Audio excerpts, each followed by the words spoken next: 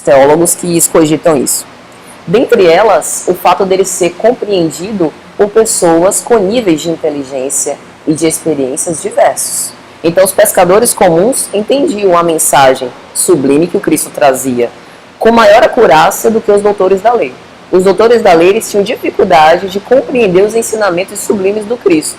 Quando Nicodemos, que o procura, perguntando: mestre, eu já compulsei toda a Torá, há anos eu estudo os ensinamentos de Deus pela lei de Moisés e eu ainda não consigo entender o que é o reino dos céus. E os pescadores simples compreendiam, porque o reino dos céus é uma vivência, não é algo que a gente apenas teoriza, é um esforço pessoal da gente construir essa obra divina dentro dos nossos corações, ou deixar que Deus a construa. Então é uma doação, né? É uma entrega, coisa que quem tem uma intelectualidade muito avançada às vezes não consegue compreender, às vezes até atrapalha. E aí na questão 256 de O Livro dos Médiuns, Kardec vai dizer: os espíritos superiores formam um todo coletivo, cujas individualidades são, com raras exceções, desconhecidas. Ou seja, os espíritos, eles formam um aglutinamento de mentalidades pensantes. É como se eles formassem um todo mental que fosse irradiando e pensando junto.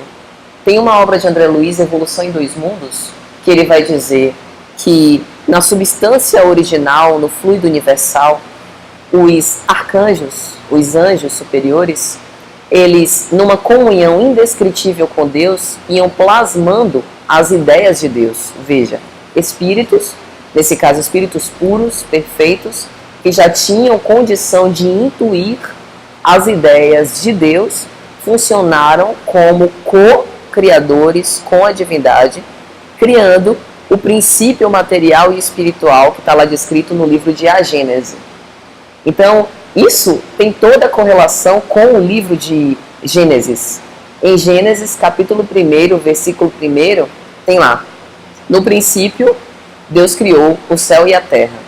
E aí André Luiz faz uma releitura espírita, digamos assim, dessa mensagem. Como assim no princípio? No princípio, tomando por base o fluido universal, essa constelação, essa pleiade de anjos, nessa comunhão com o pensamento divino, agiram pelo seu próprio pensamento nessa substância original, tendo por consequência a criação e a gênese material e espiritual. Ou seja, Deus utiliza da sua criação afinada com os seus pensamentos para que ele possa ter essas novas criações, né? Então, isso dos espíritos formarem um todo coletivo não significa que eles percam a sua individualidade. Há uma diferença entre individualidade e personalidade. Personalidade é a identidade temporária ou humana que nós temos. Mas a individualidade do espírito, nós sabemos que ela jamais volta para o todo e se destitui. Nós carregaremos a nossa identidade como espíritos de hoje até o fim dos tempos. Mas o conceito de personalidade é o que varia, e para os espíritos superiores não é tão relevante. Tem uma outra obra de Emmanuel que ele explica isso melhor, que é a obra A Caminho da Luz. Ele vai dizer que os espíritos puros formam uma comunidade de anjos. E essa comunidade ajudou o Cristo, por exemplo, na criação do orbe terrestre. Sabemos, pela literatura mediúnica, que Jesus é o governador do orbe. E segundo essa obra de Emmanuel, A Caminho da Luz, Deus deu-lhe nas suas mãos aqui, logicamente no sentido figurado, um pedaço de matéria informe, ou seja, a Terra era só um conjunto material sem forma, e Jesus aos poucos foi imprimindo-lhe formas de vida, e junto com esses arquitetos celestiais começaram a criar tudo quanto existe no planeta. E ao longo dos tempos, esse progresso da vida material foi se transformando junto com a evolução espiritual dos indivíduos que lá habitavam. Então ele vai dizer que essa comunidade de espíritos puros se reuniu pelo menos 2 vezes. Na primeira vez, nessas primícias da formação da Terra, e na segunda vez, na vinda do Cristo como Jesus humano. Então, a gente não consegue discernir qual a identidade de cada um desses espíritos, qual o nome desses Cristos que agem junto com Jesus para a organização e progresso da Terra. Pouco importa saber. O que a gente sabe é que eles estão unidos por um sentimento único, que é fazer progredir e evoluir os processos da Terra, e que eles governam as transições que ocorrem no planeta. Hoje a gente passa por uma transição bastante importante, né? A obra Transição Planetária de Manuel Filomeno de Miranda fala sobre o que a gente está vivendo hoje, né? Que nós estamos mudando de um planeta de provas e expiações para um planeta de regeneração. Essa mudança ela vem ocorrendo há muito tempo. Possivelmente desde a época que o Cristo já veio, essa mudança já começou a se operar. E é consolador a gente saber que esses espíritos superiores estão governando e dirigindo esses processos, que nós não estamos num carro desgovernado, simplesmente à beira de um precipício, prestes à destruição completa. Esses processos eles são regeneradores, necessários e previstos para a evolução. Mas, voltando à identidade dos espíritos, quanto mais elevado o espírito, menos ele se afeiçoa e vê como importante isso da sua própria identidade.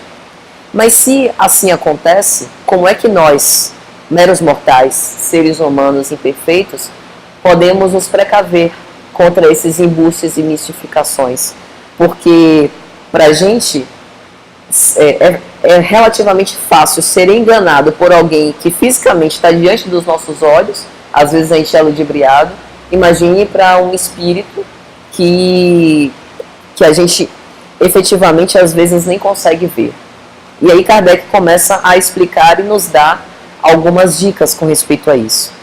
Quando ele vai dizer o seguinte, na questão 258 do Livro dos Médiuns: os espíritos superiores eles se recusam a responder perguntas pueris e extravagantes. E isso é muito interessante. Kardec, em outras palavras, está dizendo: muitas vezes vocês são vítimas de vocês mesmos. São vocês, por esses apelos mais transitórios e efêmeros, pelas futilidades, por saber o número da Mega Sena, por saber se eu vou receber uma herança ou não, se eu vou me casar, que estamos atraindo espíritos com a mesma vibração. E aí eles utilizam essa puerilidade para brincar conosco e para nos ludibriar.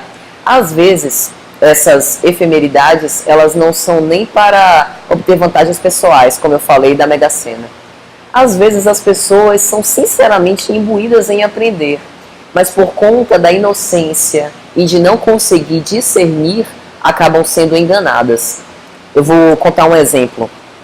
Tem uma obra de Ramiro Gama, Lindos Casos de Chico Xavier, que ele conta uma história hilária que aconteceu em Leopoldo Machado, onde Chico vivia. E aí ele fala que existia um homem que era um homem muito simples, um homem da roça, né, que não teve acesso a grandes estudos, que tinha uma vaquinha. E aí ele tinha essa vaquinha, e essa vaquinha dava leite, e ele levava sustento para casa por conta dessa vaquinha. Tirava o leite, vendia, produzia queijos. E lá para as tantas, por esses infortúnios que a vida às vezes traz, essa vaquinha morreu.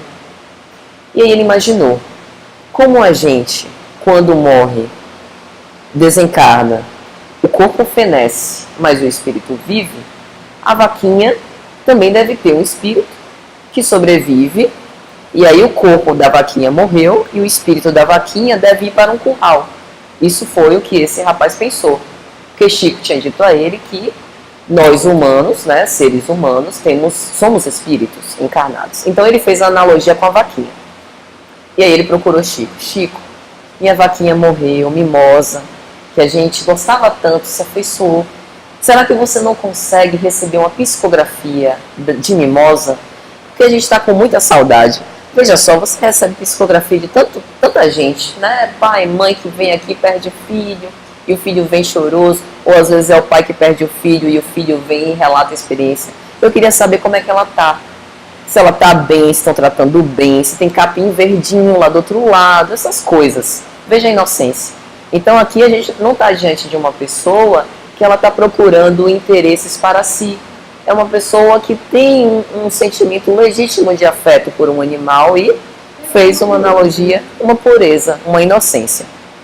E aí Em resumo, o que que acontece? Chico tentou explicar ao rapaz que não era bem assim que acontecia. Ele procurou uma outra casa, lá em Leopoldo Machado mesmo, e apareceu um espírito para ele. E o espírito começou se comunicando assim: mu. E ele, logicamente, movido por esse sentimento: é você, mimosa. E aí o espírito começou a brincar com ele. Sou eu estou aqui no curral das vaquinhas, no mundo espiritual. Todas as vaquinhas que morrem vêm para esse curral, e aqui a gente aprende, come capim e continua dando leite. Ou seja, nesse caso, a gente está diante de um espírito brincalhão que utilizou dessa inocência. Então, qual a lição que a gente tira disso? Discernir sempre. Por isso que o progresso moral, ele conta como uma alavanca importante o progresso intelectual. O progresso intelectual não é para a nossa vaidade de saber tudo, de saber muito. O progresso intelectual é para nos resguardar desse tipo de coisa. E aí o interessante dessas histórias é assim, a gente tem esse guia, é interessante porque esse magnetismo, essa irradiação, ela não é apenas algo que a gente sente, mas que a gente pode ver. O seguinte, essa irradiação, quando eu falo da transfiguração, Kardec analisa isso em A Gênese, quando ele vai falar no capítulo 14 sobre os fluidos.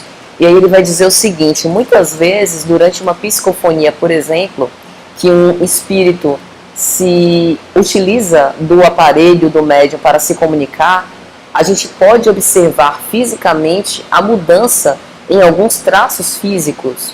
A transfiguração que ocorreu com Cristo no Monte Tabor, que Simão Pedro, Tiago e João foram testemunhas, algo similar ocorre na presença desses espíritos. E aí Kardec explica por que essa transformação ocorre. Ele vai dizer que como o perispírito ele é moldável, ele é manipulado e modificado por essas influências do espírito que se comunica. E ele acaba plasmando, e esse plasmar acaba se sobrepondo às próprias vestes físicas, tamanho poder de irradiação. Então isso é interessante para a gente ver que essa irradiação é sentida através dessas emoções que nos provocam, mas que também pode ser física por esse fenômeno da transfiguração. E aí Kardec vai dizer o seguinte, que, como a gente estava falando, né, como os espíritos superiores eles se recusam a responder frivolidades, e muitas vezes os espíritos inferiores são atraídos pelas nossas próprias demandas. Se nós observarmos a linguagem dos espíritos superiores, ela é em geral sintética, concisa e tem um grande ensinamento moral. Se você observar, às vezes que o espírito de verdade se comunica em um Evangelho segundo o Espiritismo, são vezes contadas, um texto relativamente pequeno, e cada frase do texto tem um grande ensinamento moral. E em geral, ele resume tudo que foi dito nos capítulos anteriores. Então, os espíritos superiores, as grandes almas, têm uma capacidade, um poder de síntese muito grande. Isso também é uma característica. Existem alguns espíritos que dizem se comunicar em nome de Deus. Kardec cita isso. Se durante uma comunicação você disser, você jura em nome de Deus, ele diz que utilizou isso no começo, mas que isso não é 100% garantido, porque existem espíritos que são impostores e têm tamanho descrédito pela imagem divina, que mesmo proferindo uma mentira, ainda assim usam o nome de Deus. Uma outra coisa é a semelhança da caligrafia e da assinatura, se nós estivermos diante de uma psicografia. Kardec vai analisar isso em O Livro dos Médiuns, que a mudança de caligrafia pode ser um poderoso indicativo da identidade dos espíritos, mas em geral só é observável nos médiuns puramente mecânicos, porque aí o espírito comunicante tem uma liberdade maior para utilizar o aparato do médium para escrever a mensagem e moldar essa escrita de uma forma como a caligrafia que ele utilizava enquanto vivo, né, enquanto encarnado. Mas que nós tomemos cuidado, porque se há falsários no mundo dos encarnados, também há no mundo dos espíritos, né? Talvez até mais. E aí ele vai sintetizar dizendo: a melhor de todas as provas de identidade está na linguagem e nas circunstâncias fortuitas. foi o que ela falou, de que o espírito se trai. Então, se nós tivermos uma observação atenta em relação à comunicação, nós vamos perceber os indícios, os atos falhos. Freud costumava utilizar essa ideia, né, o lapso freudiano, que muitas vezes a gente tem uma ideia fixa e a gente quer ludibriar os nossos reais interesses. Mas durante a linguagem, a gente acaba falando de cacoetes, uma palavra que sai numa conjuntura errada, que a gente se trai pela linguagem, né? Então, essa observação atenta, ela é imprescindível para que a gente possa garantir que aquela mensagem que nós estamos lendo, ela provém realmente de um espírito fidedigno, que quer nos transmitir bons ensinamentos. Esses ensinamentos da identidade, eles não servem apenas para as reuniões mediúnicas, quando a gente for assistir uma psicofonia ou nos comunicar diretamente com os espíritos, mas vale sobretudo para que a gente possa distinguir o que a gente lê através dos livros, né? A gente já falou isso algumas vezes. Hoje há uma grande variedade de literaturas mediúnicas e a gente precisa discernir aquilo que está atinente à codificação, né, aquilo que é fiel à codificação kardeciana, aos ensinamentos de Jesus, e aquilo que não é. Se a gente lê um relato, às vezes o relato é uma bonita história, uma história espiritualista, digamos assim, que traz até uma mensagem, uma lição moral, mas que nem sempre a gente pode classificar como uma literatura espírita. Para que seja uma literatura espírita, para que os nossos estudos sejam espíritas, a gente precisa cumprir as bases do espiritismo. E aí a gente já falou nas outras aulas sobre elas. Primeiro, acreditar na comunicação com os espíritos, acreditar na reencarnação, no Deus único, na pluralidade dos mundos habitados, na pluralidade das existências e na evolução, que é uma consequência dessas reencarnações. Então, se essas bases são atendidas, às vezes a forma de como a mensagem é transmitida é diferente. Mas se essas bases são atendidas, a gente está diante de um ensinamento espírita. E isso. Esse questionamento, né, essa contribuição que ela trouxe é importante, né? Porque aqui, por exemplo, nós estamos nos atendo às obras de Kardec e às vezes a gente faz referência a outras obras de outros autores espirituais. É necessário que a gente tenha muito cuidado para poder analisar esses autores. Mas, em geral, os autores que a gente traz nesses estudos foram aqueles que, depois que a gente analisou a mensagem, a gente viu que eles falam sobre os ensinamentos de Jesus, né? Então, esse é o cuidado que a gente tem que ter. Se depois de uma obra a gente puder, digamos assim, torcer essa obra, né, e o extrato essencial dela for os ensinamentos do Cristo e desses pilares do Espiritismo, a gente está diante de uma obra fiel e que pode ser levada em consideração. Às vezes, as inverdades, elas vêm disfarçadas de verdades. É o conceito de sofisma, né? O sofisma é eu querer persuadir vocês de uma ideia que é uma inverdade, mas eu não vou trazer essa inverdade de uma forma clara, senão eu vou ser rechaçada de primeira. Então eu venho com uma conversa meio misturada, então eu misturo um pouco de verdade nesse meu discurso com o objetivo de confundir. Então daí a importância da gente ter a atenção e raciocinar tudo. Tudo estabelecer o crivo da razão, ver se há lógica nessas palavras, pelo que a gente já conhece do Espiritismo, né? E aí Kardec vai falar, então, como que eu posso distinguir os bons dos maus espíritos? E aí ele diz, pode-se estabelecer como regra invariável e sem exceção, a linguagem dos espíritos está sempre em relação com o grau de elevação a que já tenham chegado. Isso não significa que seja uma linguagem polida. Ah, mas aqui eu estou diante de um texto riquíssimo, cheio de termos rebuscados, termos difíceis, então deve ter sido proveniente de um espírito de escola, não necessariamente, porque nós vemos o quanto que os homens, às vezes, nós utilizamos a inteligência para fins torpes. Então aqui ele está falando não é de uma linguagem rebuscada, mas de uma linguagem que traga um ensinamento moral elevado e substancial para a gente. Outro detalhe, a bondade e a afabilidade dos espíritos. Não significa que toda mensagem doce é uma mensagem de um espírito superior, porque a gente falou do sofisma. Então o sofisma ele pode ser acompanhado de uma mensagem doce, que aparentemente visa trazer a paz e a harmonia das criaturas. Mas o que Kardec está dizendo é, um espírito superior, ele não se comunica com agressividade. Então ele está falando do contrário.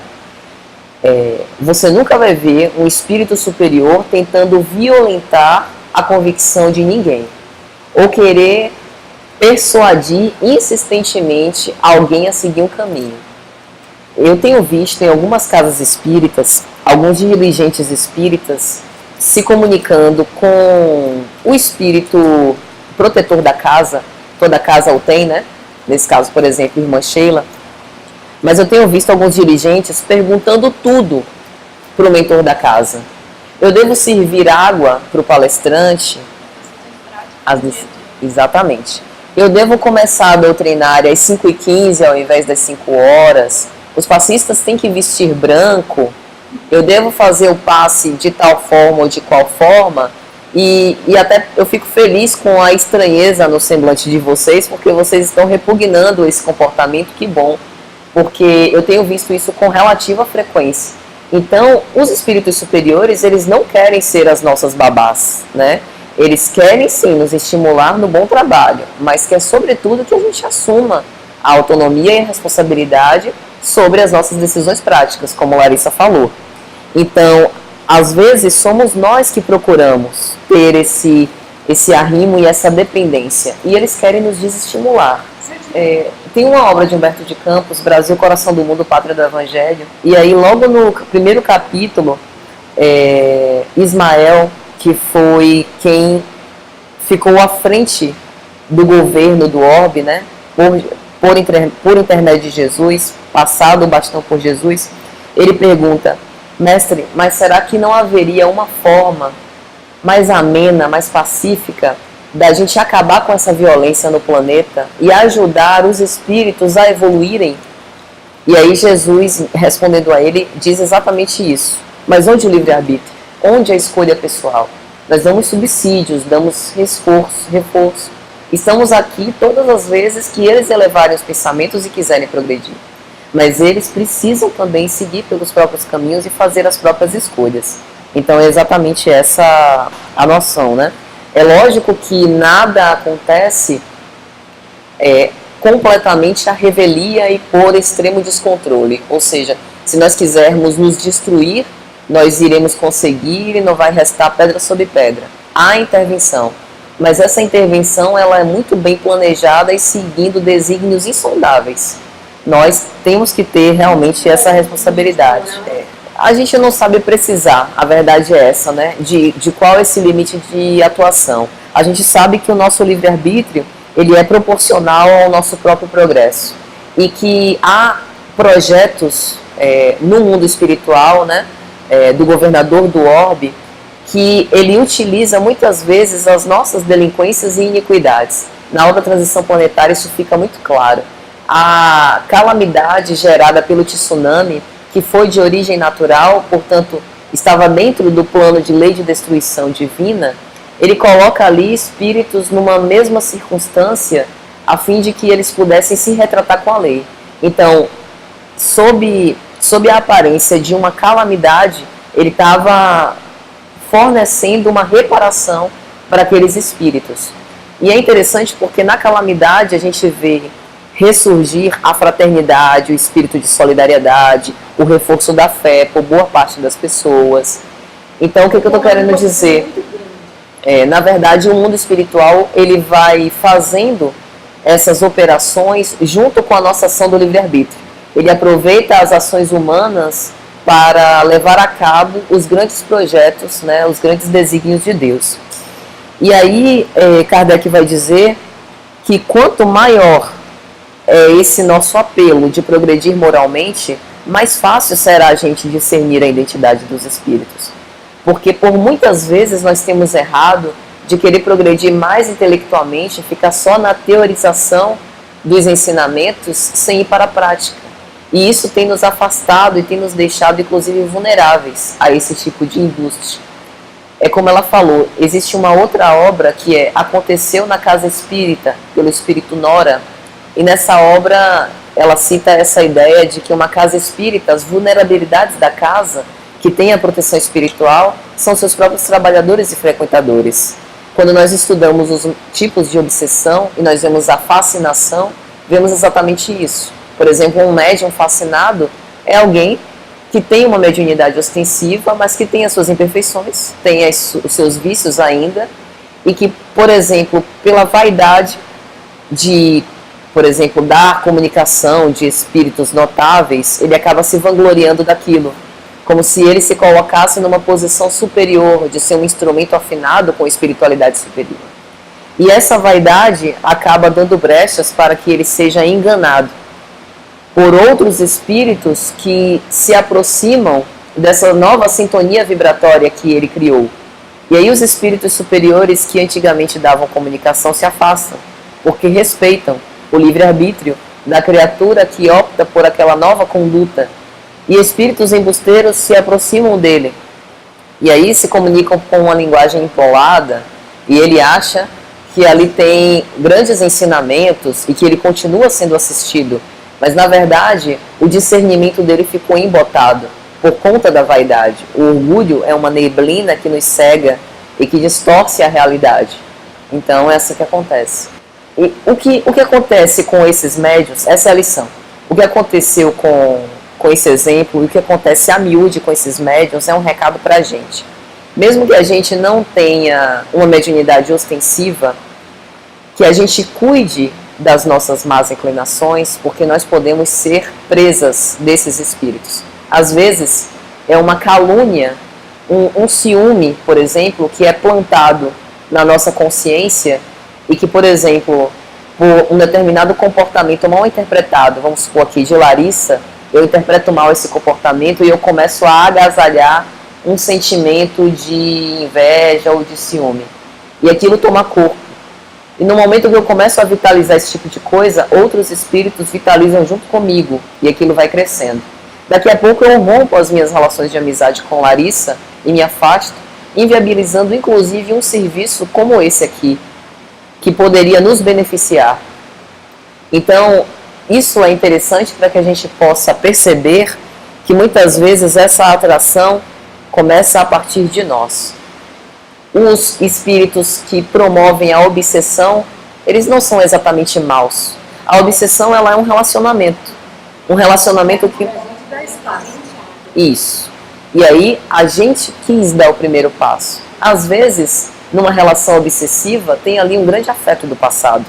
Que em algum momento houve uma cisão, houve uma cisma, houve uma má interpretação, uma mágoa que não conseguiu ser tratada, né, a tempo, e aí ficou esse ódio que toma o corpo, que toma proporção e que vara o tempo. Então é importante a gente pensar, analisar a nós mesmos, para que a gente possa se precaver para não abrir essas portas.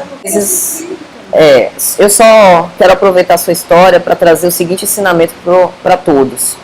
A história que ela conta, ela traz um ensinamento importante que é o seguinte: nós somos responsáveis pelos nossos pensamentos, pelos nossos sentimentos, e que também, às vezes, esses médiuns que a gente vê que eles são vaidosos e que muitas vezes eles estão ali reforçando a fascinação, eles recebem a influência de outras pessoas que os procuram, muitas vezes como se eles fossem os grandes emissários divinos, como se eles fossem os adivinhadores para poder resolver os nossos problemas. E sem querer a gente também está reforçando e colaborando esse tipo de fascinação. Esse é um detalhe importante para a gente em relação aos médiuns, audientes, clarividentes, psicógrafos e em relação a todas as outras pessoas que têm algum tipo de labor. O trabalho, ele sempre vai ser uma ferramenta imprescindível para que a gente coloque a caridade em ação. Qualquer trabalho, né? Aqui mesmo nessa casa a gente tem desde a oratória espírita, ao trabalho da cantina, ao trabalho de limpeza, de evangelização, trabalho que a gente está desenvolvendo aqui de estudos espíritas.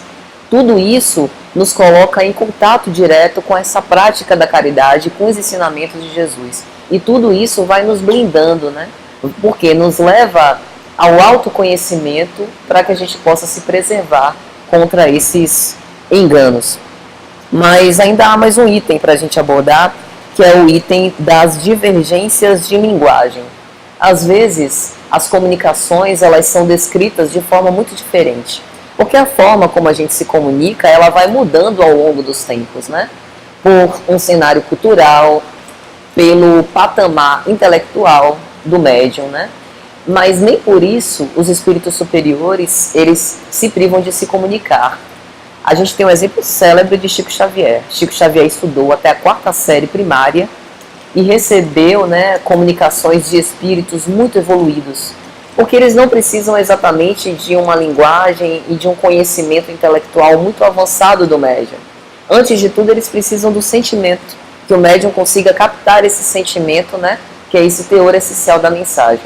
E muitas vezes a forma como ele vai transcrever, se não for um médium puramente mecânico, vai ser uma forma particular daquilo que ele conseguiu depreender da mensagem original, como Larissa falou antes, que é apenas um fragmento, uma parte do todo, mas que vai dar o significado da mensagem essencial que os espíritos querem comunicar. Exatamente. E aí existe uma diferença entre mistificação e misticismo, que é bom a gente definir. O misticismo, ele é definido sobre uma tendência de tentar explicar de uma forma sobrenatural tudo que nos acontece. Então, por exemplo, eu tropecei. Não foi uma pedra que estava fora do lugar, foi alguém, ou minha falta de atenção, foi alguém que fez um trabalho para mim, para eu quebrar a cara, e aí eu tropecei. Veja que o misticismo ele tem esse aspecto negativo, que foge da razão, né? Que vai para tentar explicar tudo de uma forma sobrenatural. Mas o misticismo ele tem um lado, que é o lado de nos levar para causas espirituais, ou melhor, para causas que fogem apenas das cenas materiais. Mas o grande cuidado é o seguinte, que diante do misticismo a gente adicione uma dose de razão para a gente não ter elucubrações que sejam muito devaneios, né, que sejam delírios. A grande questão é porque parece com aquela ingenuidade do homem da vaquinha. O misticismo tem mais ou menos essa ideia.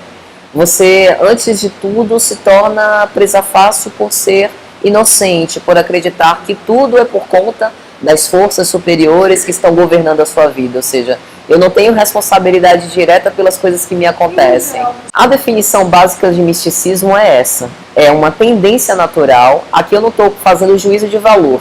Se a pessoa está fazendo isso porque ela é mal intencionada ou não, sem juízo de valor. Mas é uma tendência natural de buscar explicações sempre para coisas sobrenaturais, para tudo que acontece.